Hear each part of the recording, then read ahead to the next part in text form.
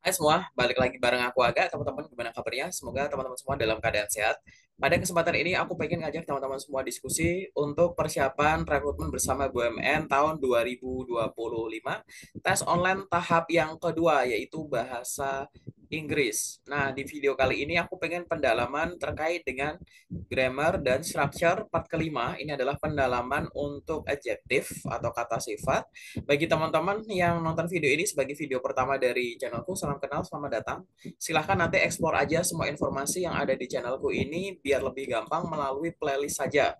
Yang belajar seputar rekrutmen bersama BUMN, teman-teman cari playlist yang judulnya BUMN, FHC BUMN, Magenta BUMN. Nanti untuk latihan soal bahasa Inggris dan learning agility aku akan urutin dari atas ya teman-teman ya. Tinggal cari aja yang teman-teman belum tonton. Nanti setiap video silahkan di like, di komen untuk menandai bahwa oh video itu udah aku tonton, udah aku pelajarin gitu ya.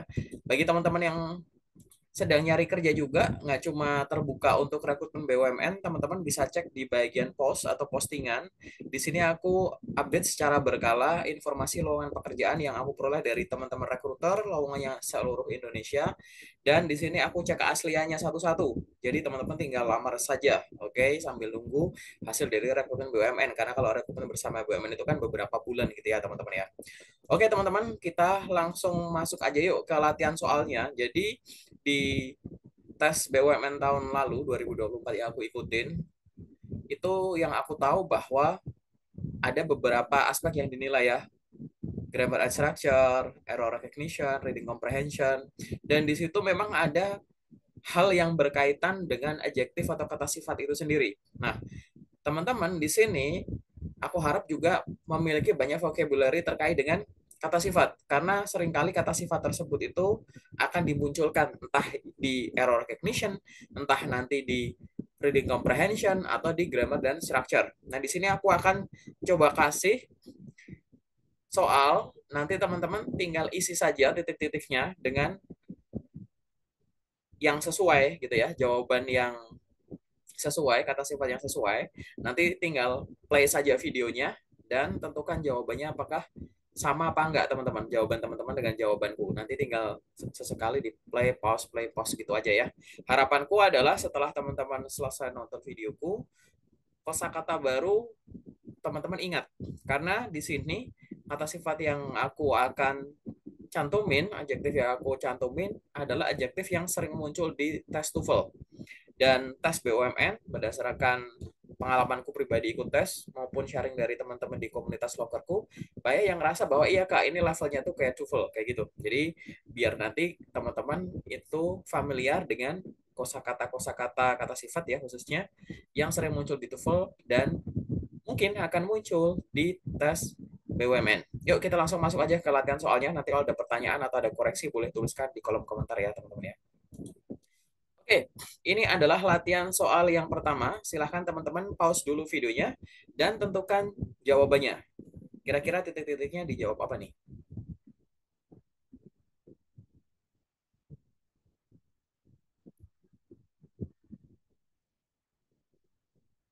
Oke teman-teman, untuk latihan soal yang pertama, jawabannya adalah yang ya, jawabannya adalah yang B ya teman-teman ya.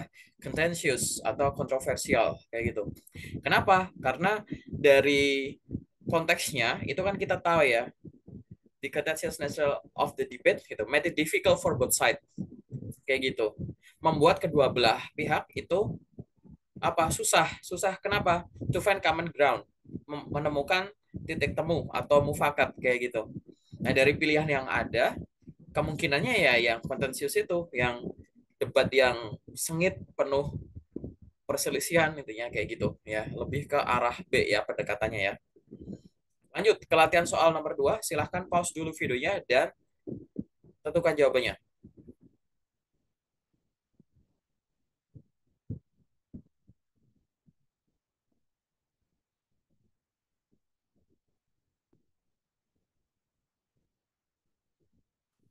Oke, untuk latihan soal yang nomor 2, jawabannya adalah yang ya, jawabannya adalah yang gradual.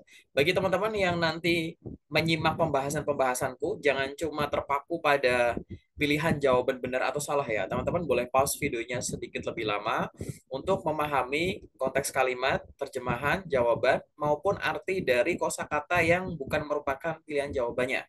Barangkali teman-teman ada yang bisa serap, barangkali teman-teman bisa mengoreksi aku kalau ada yang salah. Oke?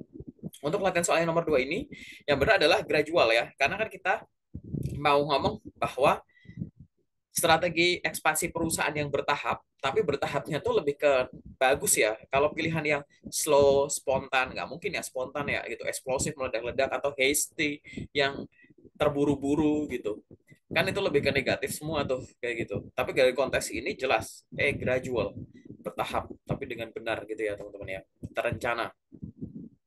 Jawabannya adalah yang E. Lanjut ke latihan soal nomor 3. Silahkan pause videonya, tentukan jawabannya.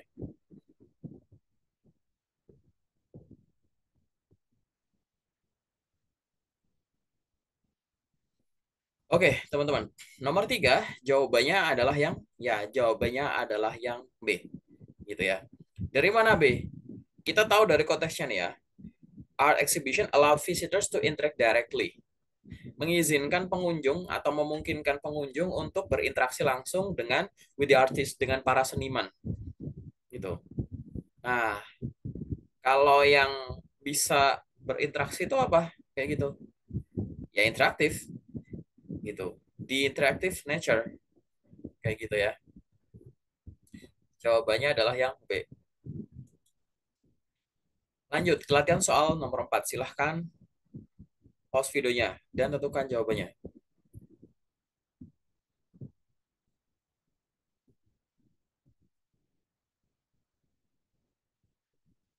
Oke, latihan soal nomor 4. Jawabannya adalah yang A ya, thorough, yang mendalam. The thorough analysis of the market trends revealed important bla bla bla bla kayak gitu. Jadi komprehensif bisa ya kita artikan sebagai thorough itu mendalam bisa, komprehensif juga bisa gitu. Karena kalau dibaca sampai akhirnya ya itu mengungkapkan revealed, mengungkapkan important patterns, pola-pola penting that companies could use yang dapat digunakan oleh perusahaan untuk adjust, setting, menyesuaikan strateginya kayak gitu. Terhadap apa? Ya market trends itu sendiri, pola market itu kayak gitu ya. Jawabannya adalah yang A. Lanjut teman-teman. Latihan soal nomor 5. Silahkan pause videonya dan tentukan jawaban yang benar.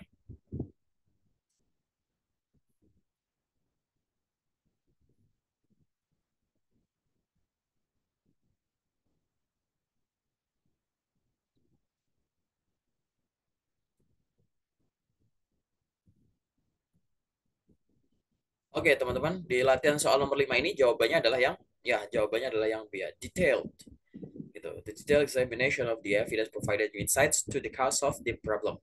Kayak gitu. Jadi jawabannya adalah terperinci atau cermat kayak gitu ya.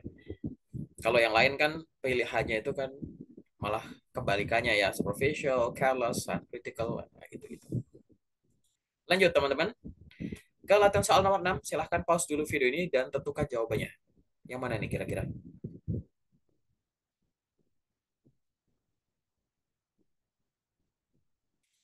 Di bla bla bla bla bla of.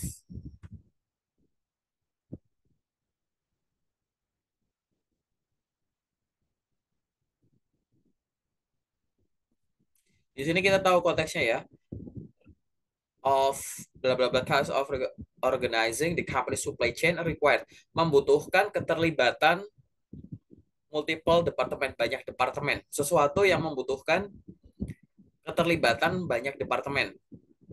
Kalau butuh keterlibatan banyak departemen, nggak mungkin sesuatu itu adalah yang easy atau simple, ya kan? Pilihan A dan itu nggak mungkin. Pilihan yang lain kayak yang trivial, effortless itu juga kayaknya kayak bukan effortless lah. Orang ini melibatkan banyak pihak kok. Berarti dia kemungkinan apa? Berat, besar, banyak kayak gitu ya. Nah, kemungkinan jawabannya adalah yang apa? Ya, yang enormous ya teman-teman ya. Jawabannya adalah yang D, enormous gitu. Jadi kita bisa bilang gitu ya, tugas-tugas besar gitu ya untuk merestrukturisasi supply chain, company supply chain, rantai pasok perusahaan itu membutuhkan keterlibatan beberapa atau banyak departemen gitu. Konteksnya gitu ya, teman-teman ya. Lanjut ke latihan soal nomor 7, silahkan pause videonya dan tentukan jawabannya.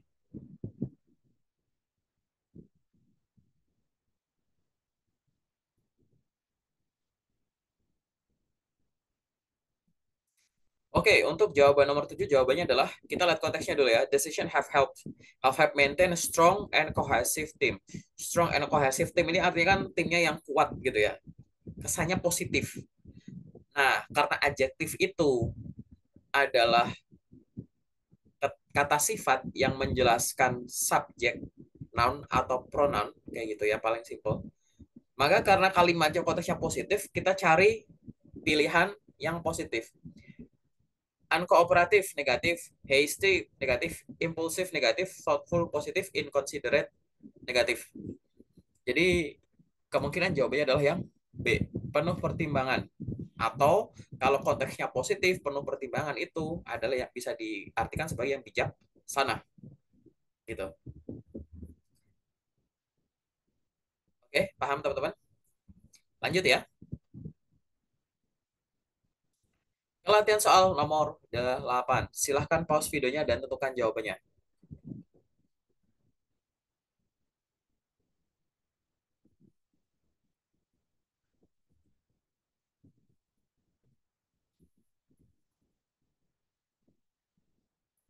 Oke, nomor 8 jawabannya adalah, balik lagi teman-teman.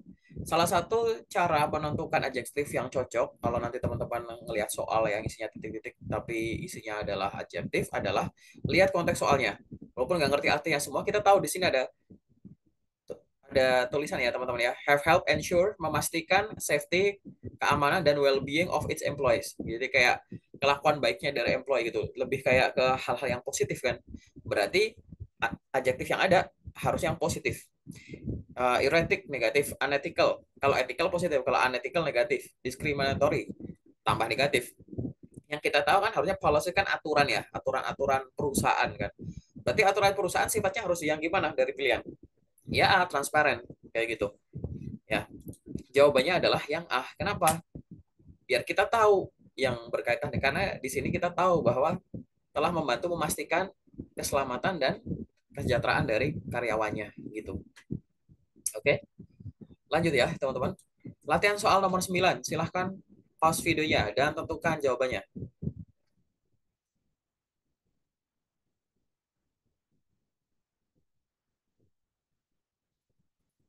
Ini polanya masih sama teman-teman. Jawabannya adalah yang nih. The blah blah blah quality of the product, kualitas produk, made it stand out. Membuatnya tuh wow gitulah, bahasanya paling simpel.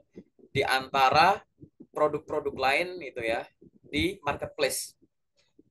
Berarti kalau dia kelihatan stand out, lebih menonjol daripada yang lain, berarti harusnya sesuatu itu yang positif dong, lebih bagus dong ya, kayak gitu. Kalau disebut mediocre itu ya, yang teman-teman lihat yang A, ya itu kayak tengah-tengah gitu, bagus enggak, jelek enggak gitu ya, biasa aja. Superior, bagus. Inferior, jelek. Disappointing, negatif. Average, average sama kayak mediocre yang A, kayak gitu. Berarti kemungkinan apa teman-teman? Ya, jawabannya adalah yang B, unggul gitu. Kualitas unggul dari produk itu membuat, nah gitu, membuat dia tuh lebih menonjol gitu di marketplace dibandingkan produk sejenis, kan intinya gitu teman-teman. Lanjut ya teman-teman ya. Ke latihan soal nomor 10, silahkan pause videonya dan tentukan jawabannya.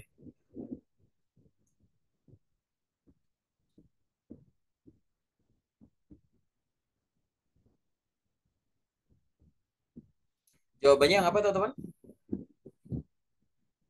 Ya, jawabannya jelas adalah yang the adaptable ya, teman-teman ya.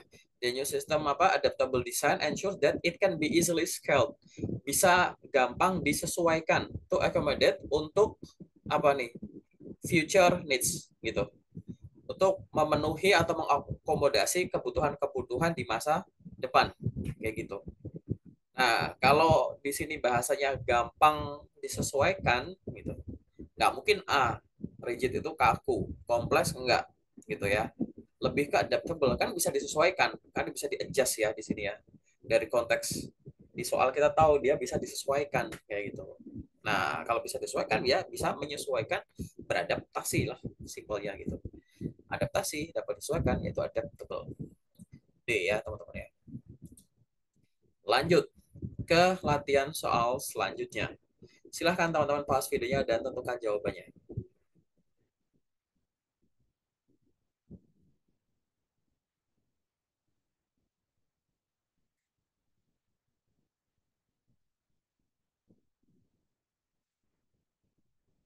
Apa jawabannya teman-teman?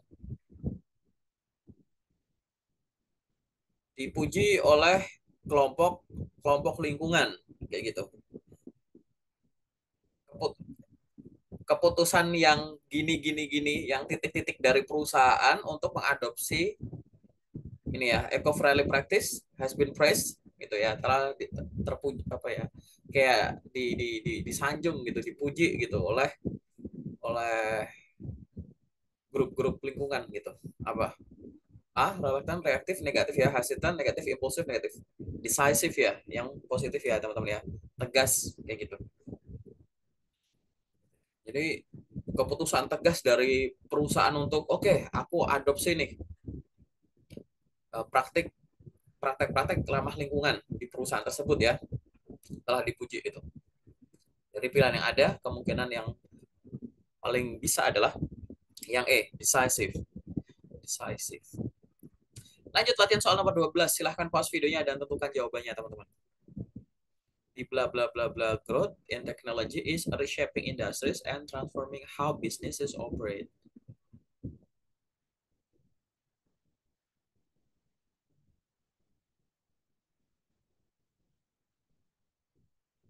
Karena ini moodnya ya, moodnya, tone-nya dari kalimatnya itu positif, berarti dia cari yang naik gitu apa teman-teman.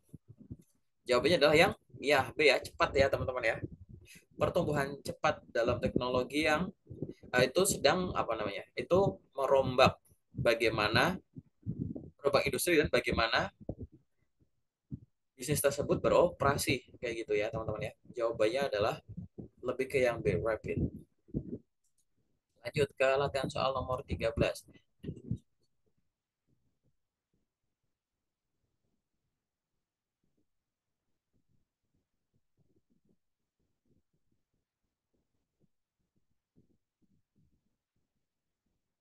Jawabannya adalah yang ya kayak gitu.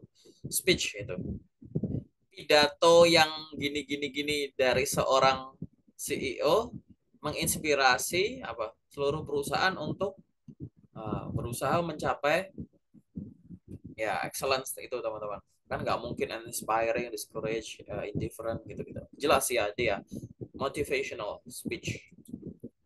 Lanjut ke latihan soal nomor 14. Silahkan pause videonya dan tentukan jawabannya.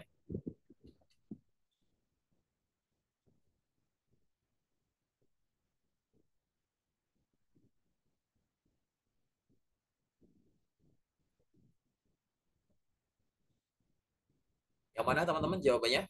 Ada relatif ya, tapi jawabannya adalah yang C ya.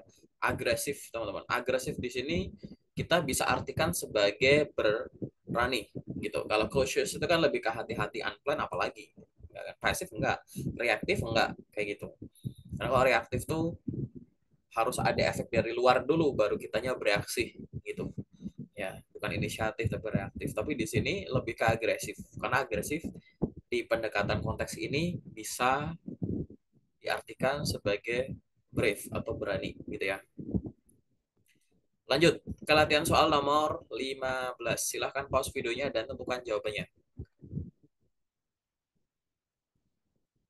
Sambil minum boleh ya teman-teman ya. Ada air putih atau apa gitu boleh. Santai pokoknya. Oke, nomor 15 jawabannya adalah yang ya jawabannya adalah A ya, proaktif. Gitu ya teman-teman ya. Kita lanjut ya teman-teman. Latihan soal nomor 16. Silahkan pause videonya dan tentukan jawabannya.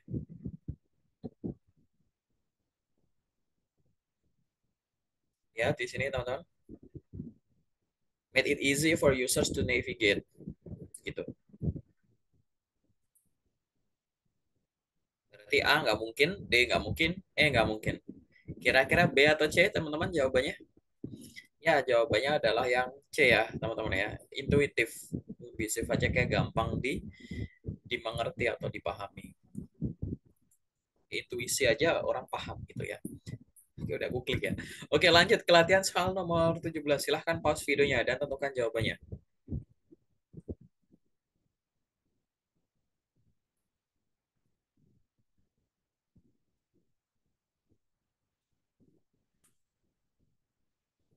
Oke, teman-teman, latihan soal nomor 17 jawabannya adalah yang mana, teman-teman?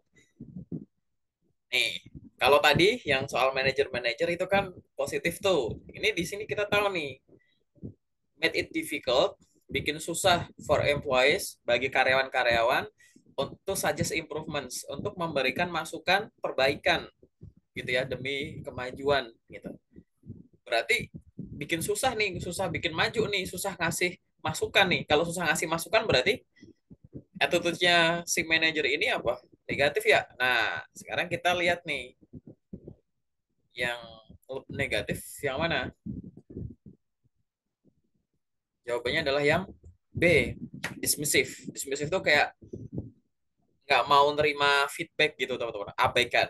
Ngasih nih, ya udah bodo amat lah kayak gitu. Apa tuh namanya tuh? Gitu ya. Udah dikasih saran tapi dicuekin gitu ya. Intinya begitu. Jawabannya adalah yang B ya. Lanjut latihan soal nomor 18. Kira-kira teman-teman udah punya berapa kosakata baru nih terkait dengan kata sifat ya? Nanti aku perbanyak lagi soal ini.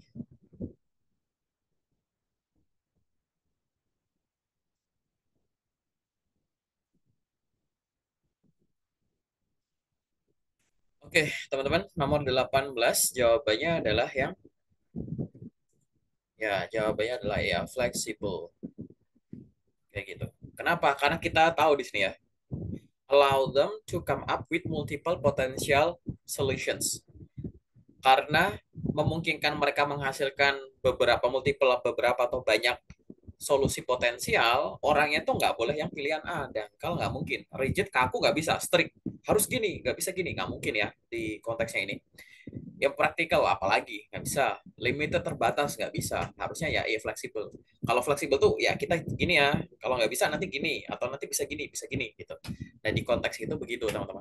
Terkadang kalau kita nggak ngerti titik-titiknya, kadang kalimat utuhnya tuh konteksnya tuh kita tahu artinya dan ternyata setelah didekati lebih gampang gitu ya. Jawabannya adalah yang E, fleksibel. Lanjut ke latihan soal nomor 19. Silahkan pause videonya dan tentukan jawabannya.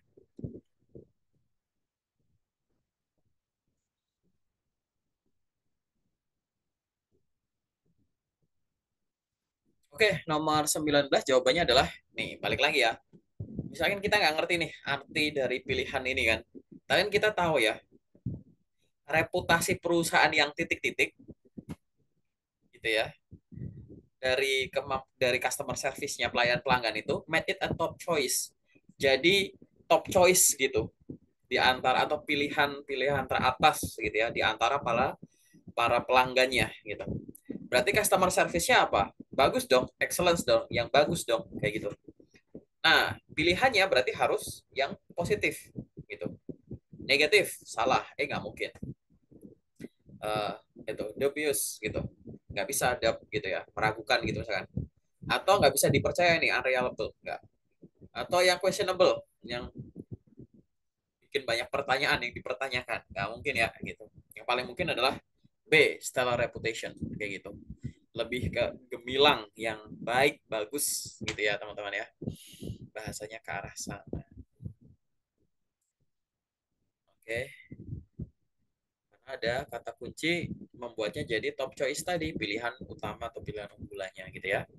Oke, teman-teman, latihan soal nomor 20 silahkan pause videonya dan tentukan jawabannya.